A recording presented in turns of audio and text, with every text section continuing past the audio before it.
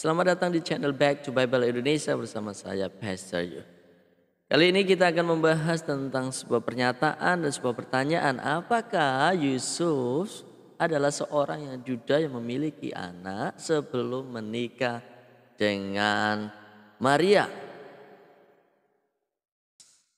Sebelum kita membahasnya, mari dengarkan pernyataan dari Elia Maron yang menjawab sebuah pertanyaan dari followernya, dari seseorang yang menjelaskan tentang ini. Mari kita menyaksikannya bersama. Tuhan Yesus tidak punya saudara kandung.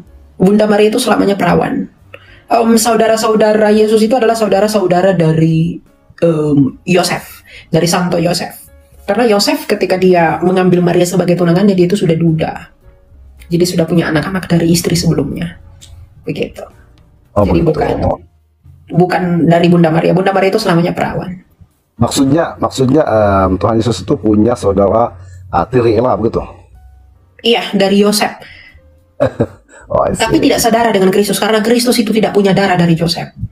Dia disebut keturunan Yosef itu karena secara hukum saja. Karena memang dia harus meneruskan garis keturunan Yehuda. Karena Yosef itu dari Daud. Makanya Yesus berkata dalam Wahyu 22 ayat 16, dia adalah tunas Daud. Karena Yosef itu dari Yehuda. Maria juga itu dari Yehuda. Setelah mendengar pernyataan dari Elia Maron, saya minta teman-teman bisa memberikan komentar tentang pernyataan tersebut. Apa yang teman-teman ketahui tentang apa yang dinyatakan oleh Elia Maron? Apakah benar bahwa Yusuf adalah seorang yang duda sebelum menikah dengan Maria atau tidak? Tulis di kolom komentar. Alkitab tidak menjelaskan tentang Yusuf secara terperinci. Kitab Matius pasal yang pertama ayat yang pertama sampai 16 memfokuskan pada Yusuf sebagai garis keturunan Raja Daud. Dan juga memfokuskan bahwa peranan Yusuf sebagai seorang ayah dan suami dari Maria. Jadi tidak dikatakan secara jelas bahwa Yusuf seorang yang duda. Namun Alkitab memberikan sebuah penjelasan bahwa Yusuf adalah seorang yang benar.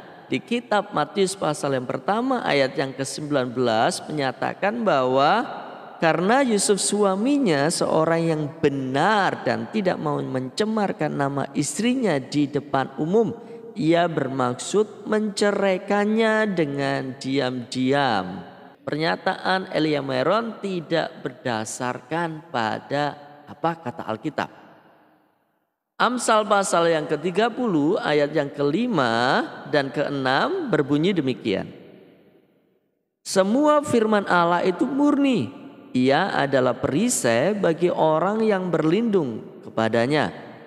Jangan menambahi firman-Nya supaya ia tidak menegurmu dan engkau tidak dianggap pendusta. Jadi yang bukan dari firman Allah buat umat Tuhan jangan dipercayai, itu hoax ya, jangan dipercayai. Jika timbul sebuah keraguan, mari cek kembali apa kata Alkitab. Walaupun pernyataan itu datang dari pengkhotbah terkenal sekalipun, dari seorang apologet yang terkenal sekalipun, yang pintar sekalipun, jangan mudah dipercayai. Semuanya harus dicek sesuai dengan kebenaran firman Tuhan. Marilah kita tetap memakai firman Tuhan sebagai satu-satunya sumber kebenaran yang akan menuntun kita untuk hidup dalam kebenaran menurut apa kata Tuhan. Jangan mengandalkan manusia, karena ketika kita mengandalkan manusia maka kita akan dikatakan Tuhan sebagai orang-orang yang terkutuk. Oleh karena itu, sedapat mungkin belajar firman Tuhan. Saya mengajak Bapak Ibu Saudara untuk subscribe channel ini Back to Bible Indonesia untuk bisa mengikuti pelayanan-pelayanan yang kami lakukan di channel YouTube ini untuk membahas firman Tuhan dan mengajak Bapak Ibu Saudara untuk lebih dekat dengan Tuhan. Kiranya Bapak Ibu Saudara boleh terus menjadi bijaksana karena firman Tuhan. Tuhan Yesus memberkati. Bye-bye.